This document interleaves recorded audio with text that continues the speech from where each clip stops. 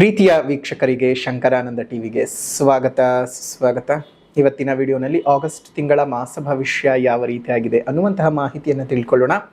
ಅದಕ್ಕಿಂತ ಮುಂಚಿತವಾಗಿ ಯಾರಾದರೂ ಶಂಕರಾನಂದ ಟಿವಿ ಯೂಟ್ಯೂಬ್ ವಾಹಿನಿಯನ್ನು ಸಬ್ಸ್ಕ್ರೈಬ್ ಮಾಡ್ಕೊಳ್ಳಿಲ್ಲ ಅಂದರೆ ಸಬ್ಸ್ಕ್ರೈಬ್ ಮಾಡ್ಕೊಳ್ಳಿ. ಇನ್ಸ್ಟಾಗ್ರಾಮ್ ಪೇಜ್ ಮತ್ತು ಫೇಸ್ಬುಕ್ ಪೇಜನ್ನು ಫಾಲೋ ಮಾಡ್ತಾ ಇಲ್ಲ ಅಂದರೆ ಫಾಲೋ ಮಾಡಿ. ಅದರಿಂದ ನೆಕ್ಸ್ಟ್ ಅಪ್ಲೋಡ್ ಆಗುವಂತಹ ವಿಡಿಯೋಗಳು ನಿಮಗೆ ನೋಟಿಫಿಕೇಶನ್ ಮುಖಾಂತರ ಬರುತ್ತೆ. ಹೊಸ ಮಾಹಿತಿಗಳನ್ನು ತಿಳ್ಕೊಳ್ಳೋಕ್ಕಾಗತ್ತೆ. ಕಷ್ಟಪಟ್ಟು ಒಂದು ಸೈಟನ್ನು ಕೊಂಡ್ಕೊಂಡಿದ್ದಾಯ್ತು. ಈಗ ಜಾಗದಲ್ಲಿ ಮನೆ ಕಟ್ಟಿಸ್ಬೇಕು, ಪಾಯ ಯಾರ ಕಡೆಯಿಂದ ಹಾಕಿಸ್ಬೇಕು, ಬೇಕಾದ ಕಲ್ಲುಗಳಾಗಿರ್ಲಿ, ಕಬ್ಬಣ ಆಗಿರ್ಲಿ, ಮರಳು, ಜಲ್ಲಿಕಲ್ಲು, ಅದೇ ರೀತಿಯಾಗಿ ಮನೆಗೆ ಬೇಕಾಗಿರುವಂತಹ ಇಟ್ಟಿಗೆ, ಸಿಮೆಂಟು ಎಲ್ಲಿಂದನಪ್ಪ ತರಿಸ್ಬೇಕು, ಯಾರ ಕಡೆಯಿಂದ ಕೊಂಡ್ಕೊಳ್ಬೇಕು ಅಂತ ಯೋಚನೆ ಮಾಡ್ತಾ ಇದ್ದೀರಾ? ಇದರೆಲ್ಲದರ ಜೊತೆಗೆ ವಾಸ್ತು ಅನ್ನುವಂಥದ್ದು ಮನೆಗೆ ಬಹಳ ಮುಖ್ಯ. ಯಾರ ಕಡೆಯಿಂದ ನಾವು ವಾಸ್ತುವನ್ನು ತೋರಿಸ್ಬೇಕು ಅಂತಾನು ಯೋಚನೆ ಮಾಡ್ತಾ ಇದ್ದೀರಲ್ವಾ? ನೀವು ಯೋಚನೆ ಮಾಡೋದೇ ಬೇಡ. ಪಾಯ ಹಾಕೋದ್ರಿಂದ ಹಿಡಿದು ಮನೆಗೆ ಯಾವ ರೀತಿಯಾಗಿ ವಾಸ್ತು ಇರಬೇಕು ಅಂತ, ಜೊತೆಗೆ ಆ ಮನೆಗೆ ತಕ್ಕ ಹಾಗೆ ಯಾವ ಬಣ್ಣವನ್ನ ಹಾಕಬೇಕು, ನೆಲಕ್ಕೆ ಯಾವ ಕಲ್ಲು ಹಾಕಬೇಕು, ಗೋಡೆಗೆ ಯಾವ ಬಣ್ಣ ಬಳಿಬೇಕು, ಯಾವ ಕಬ್ಬಣ ಉಪಯೋಗಿಸಬೇಕು ಅಂತೆಲ್ಲ ವಿಶೇಷವಾದ ಮಾಹಿತಿಗಳನ್ನ ಪಾಯದಿಂದ ಹಿಡಿದು ಗೃಹ ಪ್ರವೇಶದವರೆಗೂ ನಿಮಗೆ ಬೇಕಾದಂತಹ ಎಲ್ಲಾ ಸವಲತ್ತುಗಳನ್ನ ಒಂದೇ ಸೂರಿನಡಿ ಕೊಡ್ತಾ ಇದ್ದಾರೆ. ಅತ್ಯಂತ ಕಡಿಮೆ ದರದಲ್ಲಿ ಉನ್ನತ ಗುಣಮಟ್ಟ ಇರತಕ್ಕಂತಹ ವಸ್ತುಗಳನ್ನ ಉಪಯೋಗಿಸಿ ನಿಮಗೆ ಅಂತಾನೆ ಮನೆಯನ್ನ ಕನ್ಸ್ಟ್ರಕ್ಷನ್ ಮಾಡಿಕೊಡ್ತಾ ಇದ್ದಾರೆ. ನಮ್ಮ ರಾಜಾಜಿನಗರದಲ್ಲಿರುವಂತಹ KMI ಕನ್ಸ್ಟ್ರಕ್ಷನ್ಸ್ ನವರು ನಿಮಗೆ ಏನಾದ್ರೂ ಮನೆ ಕಟ್ತಾ ಇದ್ದೀನಿ, ಎಲ್ಲಾ ರೀತಿಯಾದ ಗೊಂದಲಗಳಿದೆ ಅಂದ್ರೆ ಫಸ್ಟ್ ಇಲ್ಲಿರುವಂತಹ ಫೋನ್ ನಂಬರ್ಗೆ ಫೋನ್ ಮಾಡಿ ಎಲ್ಲಾ ಮಾಹಿತಿಗಳನ್ನ ನೀವು ಕುಲಂಕುಷವಾಗಿ ತಿಳ್ಕೊಂಡು ನಿಮಗೆ ಬೇಕಾದಂತಹ ಮನೆಯನ್ನ ನಿಮ್ಮ ಕೈಗೆಟಕುವ ದರದಲ್ಲಿ ಇವರೇ ಕಟ್ಟಿಕೊಡ್ತಾರೆ. ಎಲ್ಲಾ ವಿಚಾರಗಳನ್ನ ತಿಳ್ಕೊಂಡು ಮುಂದುವರಿರಿ. ಶುಭವಾಗ್ಲಿ. ಕನ್ಸ್ಟ್ರಕ್ಷನ್ಗೆ ಸಂಬಂಧಪಟ್ಟಂತಹ ಸಂಪೂರ್ಣ ಮಾಹಿತಿ ಬೇಕಾದ್ರೆ ಇಲ್ಲಿರುವಂತಹ ಫೋನ್ ನಂಬರ್ಗೆ ಫೋನ್ ಮಾಡಿ. ಶುಭವಾಗಿ. ಇನ್ನು ಮೊದಲನೇದಾಗಿ ಆಗಸ್ಟ್ ತಿಂಗಳ ವಿಶೇಷತೆಗಳನ್ನ ನಾವು ಗಮನಿಸ್ಬಿಡೋಣ ಮತ್ತು ಯಾವ್ಯಾವ ಗ್ರಹಗಳು ಬದಲಾವಣೆ ಆಗ್ತಾ ಇದೆ, ಎಷ್ಟನೇ ತಾರೀಕಿಗೆ ಬದಲಾವಣೆ ಆಗ್ತಿದೆ ಅನ್ನೋದನ್ನು ಗಮನಿಸೋಣ. ಮೊದಲನೇದಾಗಿ 1ನೇ ತಾರೀಕು 8ನೇ ತಿಂಗಳು 2026 ಕನ್ಯಾ ರಾಶಿಗೆ ಶುಕ್ರ ಪ್ರವೇಶ ಮಾಡ್ತಾ ಇದ್ದಾನೆ. ಶುಕ್ರನು ನೀಚನಾಗ್ತಾ ಇದ್ದಾನೆ. ಇನ್ನು 2ನೇ ತಾರೀಕು 8ನೇ ತಿಂಗಳು 2026 ಮಿಥುನ ರಾಶಿಗೆ ಒಂದು ಕುಜನ ಪ್ರವೇಶವಾಗ್ತಾ ಇರುವಂತದ್ದು. 5ನೇ ತಾರೀಕು 8ನೇ ತಿಂಗಳು 2026 ಕಟಕ ರಾಶಿಗೆ ಬುಧ ಪ್ರವೇಶ ಮಾಡ್ತಾ ಇದ್ದಾನೆ. ಅದರಲ್ಲೂ 17ನೇ ತಾರೀಕು 8ನೇ ತಿಂಗಳು 2026 ಸಿಂಹ ರಾಶಿಗೆ ರವಿ ಪ್ರವೇಶ ಮಾಡ್ತಾ ಇದ್ದಾನೆ. 22ನೇ ತಾರೀಕು 8ನೇ ತಿಂಗಳು 2026 ಸಿಂಹ ರಾಶಿಗೆ ಬುಧ ಪ್ರವೇಶ ಮಾಡ್ತಾ ಇದ್ದಾನೆ. ಇದಿಷ್ಟು ಈ ತಿಂಗಳ ಗ್ರಹದ ಬದಲಾವಣೆಯ ಪರಿಸ್ಥಿತಿಗಳು. ಇನ್ನು ಈ ತಿಂಗಳ ವಿಶೇಷತೆಗಳು ಅಂತ ನೋಡಿದ ಸಂದರ್ಭಕ್ಕೆ ನಮಗೆ ಈ ತಿಂಗಳಲ್ಲಿ ಬರ್ತಕ್ಕಂತಹದ್ದು ಆಷಾಢ ಮತ್ತು ಶ್ರಾವಣ ಎರಡೂ ಬರುತ್ತೆ. ಈ ಆಷಾಢ ಮತ್ತು ಶ್ರಾವಣ ಎರಡು ಅರ್ಧ ಸಿಕ್ಕೋದ್ರಿಂದ ಮೊದಲನೇದಾಗಿ ನಮಗೆ ಈ ಒಂದು 4ನೇ ತಾರೀಕಿನಂದು ನಮಗೆ ವಿಶೇಷವಾಗಿ ನಡೆಯುವಂತಹ ಒಂದು ಚಾಮುಂಡೇಶ್ವರಿಯ ಉತ್ಸವ ನಡೆಯುತ್ತೆ. ಮೈಸೂರಿನಲ್ಲಿ ಚಾಮುಂಡೇಶ್ವರಿಯ ಜನ್ಮೋತ್ಸವ, ರೇವತಿ ನಕ್ಷತ್ರ. ಸೊ ಹಾಗಾಗಿ ಆ ಒಂದು ಜನ್ಮೋತ್ಸವ ನಡೀತಕ್ಕಂಥದ್ದು. ಅದಕ್ಕೆ ಬೇರೆ ಬೇರೆಯಾದಂತಹ ಪುರಾಣದ ಹಿನ್ನೆಲೆ ಏನಿಲ್ಲ. ಹಾಗಾಗಿ ರಾಜಮನೆತನದಿಂದ ನಡೀತಕ್ಕಂತಹ ಪೂಜೆಯ ಒಂದು ವಿಶೇಷ ಇರುತ್ತವೆ ಅಷ್ಟೇ. ಇನ್ನು 7ನೇ ತಾರೀಕು 8ನೇ ತಿಂಗಳು 2026 ಇನ್ನು ಆಷಾಢ ಮಾಸದ ಒಂದು ಶುಕ್ರವಾರದ ಲಕ್ಷ್ಮೀ ಪೂಜೆ, ಆಡಿ ಶುಕ್ರವಾರದ ಪೂಜೆ ಅಂತ ಕರಿತೀವಿ. ಅದಾದ ನಂತರ 12ನೇ ತಾರೀಕು 8ನೇ ತಿಂಗಳು 2026 ಜ್ಯೋತಿರ್ಭೀಮೇಶ್ವರ ವ್ರತ.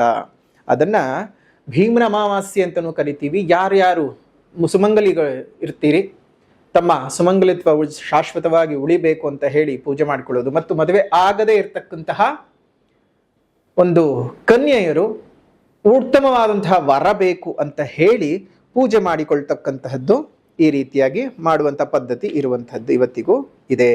ಇದನ್ನ ಸಂಜೀವಿನಿ ವ್ರತ ಅಂತಲೂ ಸಹ ಕರೀತಾರೆ. ಯಾಕಂದ್ರೆ ತಮ್ಮ ಗಂಡಂದ್ರ ಆಯುಷ್ಯ ಆರೋಗ್ಯಗಳು ಜಾಸ್ತಿ ಆಗಬೇಕು ಅಂತಲೂ ಸಹ ಸುಮಂಗಲಿಯರು ಇದೊಂದು ಪೂಜೆ ಪುನಸ್ಕಾರಗಳನ್ನ ಮಾಡೋದು ಉಂಟು. ಅದಾದ ನಂತರ 16ನೇ ತಾರೀಕು 8ನೇ ತಿಂಗಳು 2026 ಭಾನುವಾರದ ದಿವಸ ನಾಗ ಚತುರ್ಥಿ ಇದೆ. 17ನೇ ತಾರೀಕು 8ನೇ ತಿಂಗಳು 2026 ನಾಗರ ಪಂಚಮಿ ಇರತಕ್ಕಂತಹದ್ದು. ಅದೇ ರೀತಿಯಾಗಿ ಗಮನಿಸಿದಾಗ 21ನೇ ತಾರೀಕು 8ನೇ ತಿಂಗಳು 2026 ಶ್ರೀ ವರಮಹಾಲಕ್ಷ್ಮಿ ವ್ರತ. ಈ ವರಮಹಾಲಕ್ಷ್ಮಿ ವ್ರತವನ್ನ ಭವಿಷ್ಯೋತ್ತರ ಪುರಾಣದಲ್ಲಿ ಹೇಳಿದ್ದಾರೆ ಮತ್ತು ಇದನ್ನು ಮಾಡೋದ್ರಿಂದ ಸಕಲ ಐಶ್ವರ್ಯ, ಆಯುಷ್ಯ, ಆರೋಗ್ಯಗಳು ವೃದ್ಧಿ ಆಗುತ್ತೆ, ಇಷ್ಟಾರ್ಥಗಳು ಸಿದ್ಧಿ ಆಗುತ್ತೆ ಅನ್ನುವಂತಹ ನಂಬಿಕೆ ಇರತಕ್ಕಂತಹದ್ದು. ಜೊತೆಗೆ ಈ ಒಂದು ಶುಕ್ರವಾರ, ಶ್ರಾವಣದ ಶುಕ್ಲ ಪಕ್ಷದ ಮೊದಲನೇ ಶುಕ್ರವಾರ, ಈ ಒಂದು ಪೌರ್ಣಮಿಗೂ ಹಿಂದೆ ಬರ್ತಕ್ಕಂತಹ ಶುಕ್ರವಾರದ ದಿವಸ ಮಾಡಿಕೊಂಡು ಬಂದಿರತಕ್ಕಂತಹದ್ದು, ಅನಾದಿ ಕಾಲದಿಂದಲೂ ಮಾಡ್ಕೊಂಡು ಬಂದಿರತಕ್ಕಂತಹದ್ದು. ಸೊ ಹಾಗಾಗಿ ಹುಣ್ಣಿಮೆಗೆ ಬರ್ತಕ್ಕಂತಹ ಶುಕ್ರವಾರ, ಹುಣ್ಣಿಮೆಯ ಹಿಂದೆ ಬರತಕ್ಕಂತಹ ಶುಕ್ರವಾರಕ್ಕೆ ಪ್ರಾಮುಖ್ಯತೆಯನ್ನು ಕೊಟ್ಟು ಅಂದು ವರಮಹಾಲಕ್ಷ್ಮಿ ವ್ರತವನ್ನ ಮಾಡ್ತಾರೆ. ನಮ್ಮೆಲ್ಲ ವೀಕ್ಷಕರಿಗೆ ವಿಶೇಷವಾದಂತಹ ಸೂಚನೆ ಏನಪ್ಪ ಅಂತ ಹೇಳಿದ್ರೆ, ನಾವು ಕಳೆದ ವರ್ಷ ಹೇಳಿದ್ವಿ ಏನಂತ, ವಿಧವೆಯರು ವರಮಹಾಲಕ್ಷ್ಮಿ ವ್ರತವನ್ನ ಮಾಡಬಹುದಾ, ವಿಧವೆಯರಿಗೆ ಅವಕಾಶ ಇದೆಯಾ ಅಂತ ತುಂಬಾ ಜನ ಪ್ರಶ್ನೆ ಕೇಳಿದ್ರು. ಅದಕ್ಕೆ ನಾವು ಉತ್ತರವನ್ನು ಕೊಟ್ಟಿದ್ವಿ. ಅದೇನೋ ಹೇಳ್ತಾರೆ ನೋಡಿ, ಜಡೆಗೆ ಜಡೆ ಶತ್ರು, ಜಾತಿಗೆ ಜಾತಿ ಶತ್ರು ಅಂತೆ. ಹಾಗಾಗಿ ಎಷ್ಟೋ ಜನ ಹೆಣ್ಮಕ್ಳೇ ಅದಕ್ಕೆ ವಿರುದ್ಧವಾಗಿಯೂ ಮಾತಾಡಿದ್ರು, ವಿಧವೆಯರಿಗೆ ಹೆಂಗ್ರಿ ಅವಕಾಶ ಕೊಡ್ತೀರಾ ಅಂತ. ಆದ್ರೆ ಈ ವರ್ಷ ನಾವು ಹೇಳ್ತಾ ಇದ್ದೇವೆ, ಪುನಃ ಹೇಳ್ತಾ ಇದ್ದೇವೆ, ವಿಧವೆಯರು ಅಂತ ಯಾರು ನೀವು ಕರ್ಕೊಳ್ತಿದ್ದೀರಲ್ಲ, ಗಂಡ ಮೃತ ಆಗಿರ್ತಕ್ಕಂಥವ್ರು ಅವರಲ್ಲ ವಿಧವೆಯರು. ಈ ರೀತಿಯಾದಂತಹ ಮಾನಸಿಕ ರೋಗದಿಂದ ಬಳಲ್ತಿರ್ತೀರಲ್ಲ ನೀವು, ಗಂಡನಿದ್ದರೂ ವಿಧವೆಯರು. ಫಸ್ಟ್ ಆ ಮಾನಸಿಕ ರೋಗದಿಂದ ಆಚೆ ಬನ್ನಿ. ನೀವ್ಯಾರೋ ಅವ್ರನ್ನ ಕರೆದು ಕುಂಕುಮ ಕೊಡ್ಲಿಲ್ಲ, ವಿಧವೆಯರಿಗೆ ಅರ್ಶನ ಕೊಡ್ಲಿಲ್ಲ, ಅವ್ರಿಗೆ ಕುಂಕುಮ ಕೊಡ್ಲಿಲ್ಲ ಅಂತ ಯಾವ ವಿಧವೆಯರು ಸಹ ಯೋಚನೆ ಮಾಡೋದೇ ಬೇಕಾಗಿಲ್ಲ. ನಾನಿದ್ದೇನೆ, ಇನ್ನು ನನ್ನ ಆಶ್ರಮದಲ್ಲಿ, ನನ್ನ ಮಠದಲ್ಲಿ ಇದೇ ವರಮಹಾಲಕ್ಷ್ಮಿ ವ್ರತವನ್ನ ವಿಧವೆಯ ಕೈನಲ್ಲೇ ಆಚರಣೆ ಮಾಡಿಸ್ತೀವಿ. ಯಾರು ಬೇಕಾದ್ರೂ ಬರಬಹುದು. ನನಗೆ ಮಂತ್ಲಿ ಪೀರಿಯಡ್ಸ್ ಡೇಟ್ ಆಗಿ ಹೋಗ್ಬಿಟ್ಟಿದೆ, ನನಗೆ 3ನೇ ದಿವಸ 5ನೇ ದಿವಸ, ಯಾವ ಕಾರಣನೂ ಬೇಕಾಗಿಲ್ಲ. ನಿಮಗೆ ಬಂದು ಪಾಲ್ಗೊಳ್ಳುವಂತಹ ಇಚ್ಛೆ ಇತ್ತ ಖಂಡಿತವಾಗ್ಲೂ ನಿಮ್ಮ ಹೆಸರನ್ನು ಬರ್ಸ್ಕೊಳ್ಳಿ, ಬನ್ನಿ. ಯಾವುದೇ ರೀತಿ ಹಣ ಕೊಡ್ಬೇಕಾಗಿಲ್ಲ, ಕಾಸು ಕೊಡ್ಬೇಕಾಗಿಲ್ಲ. ಈಗ ನಮಗೊಂದು ವ್ಯವಸ್ಥೆಗೋಸ್ಕರ, ಇಷ್ಟು ಜನಕ್ಕೆ ಅಂತ ಗೊತ್ತಾಗ್ಲಿ ಅನ್ನುವಂತಹ ಉದ್ದೇಶಕ್ಕೋಸ್ಕರ, ಇಷ್ಟು ಜನ ಅಂತ ಲೆಕ್ಕಕ್ಕೋಸ್ಕರ ನಿಮ್ಮ ಹೆಸರನ್ನು ಬರ್ಸಿ ಅಂತ ಹೇಳ್ತಿರೋದು, ಬೇರೆ ಇನ್ಯಾವುದೇ ಕಾರಣಕ್ಕೂ ಅಲ್ಲ. ನಿಮಗೆ ಮನೆಯಲ್ಲಿ ಮಾಡೋಕ್ ಸಾಧ್ಯ ಇಲ್ವಾ? ಯಾರು ಕರೆದು ಅರ್ಶನ ಕುಂಕುಮ ಕೊಡ್ತಾ ಇಲ್ವಾ? ವರ್ಷಕ್ಕೊಂದು ವ್ರತ, ಆ ವ್ರತವನ್ನು ನಿಮಗೆ ಮಾಡೋದಕ್ಕೆ ಬಿಡ್ತಾ ಇಲ್ವಾ? ಬನ್ನಿ ನಮ್ಮ ಆಶ್ರಮಕ್ಕೆ, ಸ್ವತಃ ನಾವೇ ಮಾಡಿಸ್ತೀವಿ. ವರಮಹಾಲಕ್ಷ್ಮಿ ವ್ರತ ಯಾರು ಏನು ಯೋಚನೆ ಮಾಡುವಂತ ಅವಶ್ಯಕತೆನೇ ಇಲ್ಲ. ಪೀರಿಯಡ್ಸ್ ಆಗಿರೋರು ಸಹ ನಿಮಗೆ ಮನೇಲಿ ಮಾಡ್ಕೊಳಕ್ ಆಗ್ತಿಲ್ವಾ? ಬನ್ನಿ. ಅಥವಾ ಮನೇಲಿ ಮಾಡ್ಕೊಳ್ಬಾರ್ದು ಅಂತ ನಿಮ್ ತಲೆ ಒಳಗೆ ಏನೇನು ತುಂಬಿದ್ದಾರಲ್ಲ ವಿಷಗಳನ್ನ, ಆ ವಿಷಗಳಿಂದ ಆಚೆಗೆ ಬನ್ನಿ.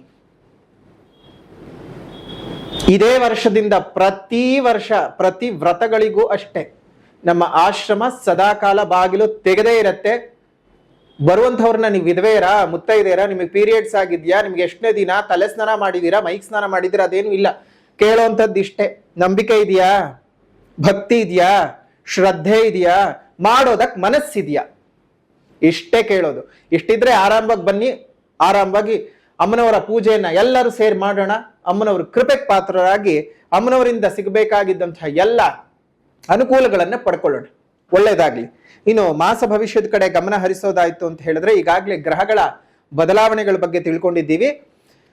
ರಾಶಿ ಭವಿಷ್ಯ, ವೃಷಭ ರಾಶಿಯಲ್ಲಿ ಹುಟ್ಟಿರ್ತಕ್ಕಂಥವರಿಗೆ ಈ ಒಂದು ಆಗಸ್ಟ್ ತಿಂಗಳ ವಿಶೇಷವಾದಂತಹ ಒಂದು ಗೋಚಾರದ ಗ್ರಹಗಳನ್ನ ನೋಡೋದಾಯ್ತು ಅಂತ ಹೇಳಿದ್ರೆ, ನೋಡಿ, ನಿಮ್ಮ ರಾಶಿಯಿಂದ 2ನೇ ಮನೆಯಲ್ಲಿ ಕುಜನ ಸಂಚಾರವಾಗ್ತದೆ. ಅದೇ ರೀತಿಯಲ್ಲಿ 3ನೇ ಮನೆಯಲ್ಲಿ ಮತ್ತು 4ನೇ ಮನೆಯಲ್ಲಿ ರವಿ ಸಂಚಾರವಾಗುತ್ತೆ. 3 ಮತ್ತು 4ರ ಸ್ಥಾನದಲ್ಲಿ ರವಿಯ ಸಂಚಾರವಾಗ್ತಕ್ಕಂಥದ್ದು. 3ನೇ ಮನೆಯಲ್ಲಿ ಗುರು ಇರ್ತಾನೆ ಸ್ಥಿತನಾಗಿ. ಬುಧನು ಸಹ 3 ಮತ್ತು 4ನೇ ಮನೆಯಲ್ಲಿ ಸಂಚಾರವನ್ನು ಮಾಡುವಂಥದ್ದು. 4ನೇ ಮನೆಯಲ್ಲಿ ಕೇತು ಸಂಚಾರ. 5ನೇ ಮನೆಯಲ್ಲಿ ನೀಚನಾಗಿ ನಿಮ್ಮ ರಾಷ್ಟ್ರಾಧಿಪತಿ ಶುಕ್ರನ ಸಂಚಾರ. ಇನ್ನು 10ನೇ ಮನೆ ಒಳಗಡೆ ರಾಹು, 11ನೇ ಮನೆ ಒಳಗಡೆ ಶನಿ ಇರ್ತಕ್ಕಂಥದ್ದು. ಒಂದು ಹಂತಕ್ಕೆ ಶನಿ ಬಲ ಇದೆ, ಒಂದು ಹಂತಕ್ಕೆ ಗುರುಬಲ ಇಲ್ಲ. ಇನ್ನು ಮಿಕ್ಕ ಗ್ರಹದ ಅವಸ್ಥೆಗಳನ್ನು ನೋಡೋದಾಯ್ತು ಅಂತ ಹೇಳಿದ್ರೆ, ನಿಮಗೆ ವ್ಯಯಾಧಿಪತಿಯು ಧನಸ್ಥಾನದಲ್ಲಿರುವಂಥದ್ದು, ಜೊತೆಗೆ ಸಪ್ತಮಾಧಿಪತಿಯು ಪ್ರೇಮಸ್ಥಾನದಲ್ಲಿರ್ತಕ್ಕಂಥದ್ದು. ಇದು ಒಂದಷ್ಟು ಶುಭ ಮತ್ತು ಅಶುಭದಾಯಕವಾಗಿರ್ತಕ್ಕಂಥ ತಿಂಗಳು. ಅಂದರೆ ಒಂದು ಹಂತಕ್ಕೆ ಒಳ್ಳೆಯದು ನಡೆಯುತ್ತೆ, ಒಂದು ಹಂತಕ್ಕೆ ಕೆಡುಕಿನ ಛಾಯೆಗಳು ಸಹ ಇದ್ದಾವೆ. ಯಾರ್ಯಾರಿಗೆಲ್ಲ ಒಳ್ಳೇದಾಗಬಹುದು ಅಂತ ಹೇಳಿದ್ರೆ, ಯಾರು ಪ್ರೀತಿಸಿ ಮದುವೆ ಮಾಡ್ಕೊಳ್ಬೇಕು ಅಂತ ಅನ್ಕೊಂಡಿರ್ತೀರಿ, ಪ್ರೇಮ ವಿವಾಹ ಮಾಡ್ಕೊಳ್ಬೇಕು ಅಂತ ಅನ್ಕೊಂಡಿರ್ತೀರಿ, ಜೊತೆ ಯಾರ ಮನೆಯಲ್ಲಿ ಒಪ್ತಾ ಇರೋದಿಲ್ಲ, ಒಂದು ಸ್ವಲ್ಪ ಪ್ರಯತ್ನ ಮಾಡಿದ್ರೆ ಖಂಡಿತ ಪ್ರೇಮ ವಿವಾಹಕ್ಕೆ ಹಿರಿಯರು ಅಸ್ತು ಅಂತ ಹೇಳ್ತಕ್ಕಂತಹ ತಿಂಗಳಾಗತ್ತೆ. ಪ್ರೀತಿ ಪ್ರೇಮ ವಿಚಾರಗಳಿಗೆ ಬಹಳ ಶುಭದಾಯಕವಾಗಿರ್ತಕ್ಕಂಥ ತಿಂಗಳು. ಮತ್ತು ಸಂಸಾರದಲ್ಲಿ ಏನಾದರೂ ಸಮಸ್ಯೆಗಳು ನಡೀತಾ ಇದೆ, ಎಲ್ಲೋ ಒಂದ್ ಕಡೆ ಒಂದು ಹಾದಿ ತಪ್ತಾ ಇದೆ, ತಾಳ ತಪ್ತಾ ಇದೆ ಅಂತ ಅಂದ್ಕೊಂಡ್ರೆ ಅದನ್ನ ಪರಿಹಾರ ಮಾಡ್ಕೊಳ್ಳೋಕ್ಕೂ ಸಹ ಈ ಒಂದು ತಿಂಗಳು ತುಂಬಾನೇ ಚೆನ್ನಾಗಿರುವಂತಹ ತಿಂಗಳು. ಅದು ಸಹ ನಿಮ್ಗೆ ಉತ್ತಮ ರೀತಿಯಲ್ಲಿ ಬದಲಾವಣೆ ಆಗುವಂತಹದ್ದು. ಅದೇ ರೀತಿಯಾಗಿ ತೃತೀಯದಲ್ಲಿ ರವಿ ಸಂಚಾರವಾಗುತ್ತೆ ಮತ್ತು ರವಿಯು ತೃತೀಯ ಮತ್ತು ಚತುರ್ಥ ಸ್ಥಾನದಲ್ಲಿ ಸಂಚಾರ ಮಾಡೋದ್ರಿಂದ ಕೌಟುಂಬಿಕ ವಿಚಾರಗಳಲ್ಲಿದ್ದಂತಹ ಅನೇಕ ತಾಪತ್ರಯಗಳು ನಿವಾರಣೆ ಆಗುತ್ತವೆ. ತಾಯಿಗೆ ಸಂಬಂಧಪಟ್ಟಂತಹ ಅನೇಕ ಸಮಸ್ಯೆಗಳೇನಾದರೂ ಇತ್ತು ಅಂತ ಹೇಳಿದ್ರೆ ಆಕೆಯ ಆರೋಗ್ಯದ ಸಮಸ್ಯೆಗಳಾಗಿರಬಹುದು, ಅಥವಾ ಬೇರೆ ಬೇರೆ ಇನ್ನ ತಾಯಿ ಜೊತೆಗಿನ ಜಗಳಗಳಾಗಿ ಮಾತೇನಾದರೂ ಬಿಟ್ಬಿಟ್ಟಿದ್ರೆ ಇದು ನಿಮ್ಗೆ ಈ ತಿಂಗಳಿಂದ ಮತ್ತೆ ನೀವು ಮಾತಾಡೋದಕ್ಕೆ ಶುರು ಮಾಡ್ಕೊಳ್ಬಹುದು. ಉತ್ತಮ ರೀತಿಯಾಗಿರ್ತಕ್ಕಂತಹ ಪರಿಹಾರಗಳು ಆಗತ್ವೆ. ಇನ್ನು ಅದೇ ರೀತಿಯಲ್ಲಿ ತೃತೀಯದಲ್ಲಿ ಉಚ್ಚಂಗತನಾಗಿರ್ತಕ್ಕಂತಹ ಗುರುವು ನಿಮ್ಮ ಲಾಭಸ್ಥಾನದ ಮೇಲೆ ದೃಷ್ಟಿಯನ್ನ ಕೊಡ್ತಾ ಇದ್ದಾನೆ. ನಿಮ್ಗೆ ಅತ್ಯಂತ ಶುಭಯೋಗದ ಒಂದು ಸಮಯ ಹಣಕಾಸಿನ ವಿಚಾರಗಳಲ್ಲಾಗುವಂತಹದ್ದು. ಅದೇ ರೀತಿಯಾಗಿ ಲಾಭಗಳು ಜಾಸ್ತಿ ಆಗುವಂಥದ್ದು.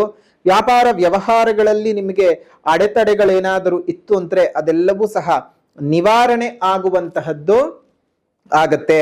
ಅದ್ರ ಜೊತೆಗೆ ಈ 10ನೇ ಮನೆ ಒಳಗಡೆ ರಾಹು ಇರೋದ್ರಿಂದ ಏನಾಗುತ್ತೆ, ವಿದೇಶದಲ್ಲಿ ಏನಾದ್ರೂ ಕೆಲಸ ಮಾಡಬೇಕು ಅಥವಾ ಹುಡುಕ್ತಾ ಇದ್ದೀನಿ, ಪೊಸಿಷನ್ ಚೇಂಜ್ ಮಾಡ್ಕೋಬೇಕು, ಯಾಕೋ ಆಗ್ತಾ ಇಲ್ಲ ಅಂತ ಯೋಚನೆ ಮಾಡ್ತಾ ಇರುವಂತವ್ರು ಒಂದು ಸ್ವಲ್ಪ ಸುಬ್ರಹ್ಮಣ್ಯನ್ಗೆ ಮಂಗಳವಾರದ ದಿವಸ 7 ಎಳ್ಳೆನೀರನ್ನ ಕೊಟ್ಟು ಪ್ರಾರ್ಥನೆ ಮಾಡ್ಕೊಂಡು ಬನ್ನಿ, ಎಲ್ಲವೂ ಸಹ ಸರಿ ಹೋಗುತ್ತೆ. ಒಳ್ಳೆ ರೀತಿನಲ್ಲಿ ಬೆಳವಣಿಗೆನೂ ಆಗುತ್ತೆ.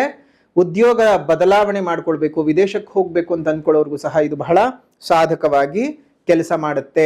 ನಿಮ್ಮ ರಾಶ್ಯಾಧಿಪತಿ ಶುಕ್ರನು ನೀಚನಾಗಿರೋದ್ರಿಂದ ದೇಹಾರೋಗ್ಯಕ್ಕೆ ಅಷ್ಟು ಒಳ್ಳೆಯದಲ್ಲ. ಷಷ್ಠಾಧಿಪತಿ ಮತ್ತು ರಾಶ್ಯಾಧಿಪತಿಯು ಶುಕ್ರನು ನೀಚನಾಗಿದ್ದಾನೆ. ಅದು ನಿಮ್ಗೆ ಬಹಳ ಅವಯೋಗವನ್ನ ತಂದುಕೊಡ್ತಕ್ಕಂತಹದ್ದು. ಆರೋಗ್ಯದ ಮೇಲೆ ಪ್ರಭಾವ ಬೀರುತ್ತೆ. ಅದಕ್ಕೆ ಹೇಳಿದ್ದು ಆಗಲೇ, ಎಲ್ಲ ಒಂದ್ ಕಡೆ ಒಂದು ಚೆನ್ನಾಗಿ ಹೋಗುತ್ತೆ ಅಂದ್ರೆ ಇನ್ನೆಲ್ಲ ಏನಾದ್ರೂ ಒಂದು ಅವಯೋಗಗಳು ಇದ್ದದ್ದೇ. ಹಾಗಾಗಿ ತಾಳ್ಮೆಯಿಂದ ಜೀವನನ ಮುಂದುವರಿಸ್ಕೊತಾ ಹೋಗ್ಬೇಕು. ತಾಳ್ಮೆಯಾಗಿ ಬದುಕನ್ನ ಒಂದು ಸರಿ ಮಾಡ್ಕೋತಾ ಹೋಗ್ಬೇಕಾಗತ್ತೆ. ಹುಷಾರಾಗಿರಿ. ಈ ಒಂದು ಸಮಯದಲ್ಲೇ ತುಂಬಾ ತಾಳ್ಮೆಯ ಅವಶ್ಯಕತೆಯೂ ಸಹ ಇದೆ. ಜೊತೆಗೆ ನಿಮಗೆ ಒಂದು 11ನೇ ಮನೆ ಮೇಲೆ ಗುರುವಿನ ದೃಷ್ಟಿಯೂ ಸಹ ಬಿದ್ದಿರೋದ್ರಿಂದ ಆ ಸ್ಥಾನದಲ್ಲಿ ಶನಿ ಬೇರೆ ಇದ್ದಾನೆ. ಆ ಶನಿಯ ಪ್ರಭಾವಗಳು ನಿಮಗೆ ಕಡಿಮೆ ಆಗ್ತವೆ, ಗುರುವಿನ ಪ್ರಭಾವಗಳು ಜಾಸ್ತಿ ಆಗ್ತಕ್ಕಂತಹದ್ದು. ಯಾಕಂದ್ರೆ ಗುರುವಿನ ದೃಷ್ಟಿ ಬಹಳ ಒಳ್ಳೆಯದು. ಶನಿ ದೃಷ್ಟಿ ನಿಮ್ಮ ರಾಶಿ ಮೇಲೆ ಬೀಳ್ತಾ ಇದೆ. ಅದರಿಂದ ಸಹ ನಿಮ್ಗೆ ಏನಾಗುತ್ತೆ, ಈ ಒಂದು ದೇಹದಲ್ಲಿ ಅನಾರೋಗ್ಯಗಳಾಗಿದ್ದಿರಬಹುದು, ಸಣ್ಣ ಪುಟ್ಟ ಸಮಸ್ಯೆಗಳು. ಅಷ್ಟು ಮಾತ್ರ ಅಲ್ಲದೆ ನಿಮಗೆ ಅರಿವಿಲ್ಲದ ಹಾಗೆ ನೀವೇ ಗೊಂದಲಕ್ಕೆ ಸಿಕ್ಕಾಕೋತೀರಿ. ನೀವೇ ಒಂದ್ ಹಂತಕ್ಕೆ ಎಲ್ಲೋ ಒಂದ್ ಕಡೆ ಸೋಮಾರಿಗಳಾಗಿ ಹೋಗ್ತೀರಿ. ಆ ಥರ ಆಗೋಕ್ಕೆ ಬಿಡಕ್ ಹೋಗೋದು ಬೇಡ. ಏನೇ ಇದ್ರೂ ಧೈರ್ಯವಾಗಿದ್ದು ಸರಿಯಾದ ರೀತಿನಲ್ಲಿ ಮುಂದುವರಿಸ್ಕೊಳ್ತಾ ಹೋಗಿ ಎಲ್ಲವೂ ಸಹ ಚೆನ್ನಾಗಾಗುತ್ತೆ. ಈ ಶನಿ ದೃಷ್ಟಿಯು ನಿಮ್ಮ ರಾಶಿ ಮೇಲೆ ಬೀಳ್ತಾ ಇರೋದ್ರಿಂದಾಗಿ ಅದರ ಪರಿಹಾರವನ್ನು ಮಾಡ್ಕೊಳ್ಳಿ, ಶನಿಶಾಂತಿಯನ್ನ ಮಾಡಿಸ್ಕೊಳ್ಳಿ.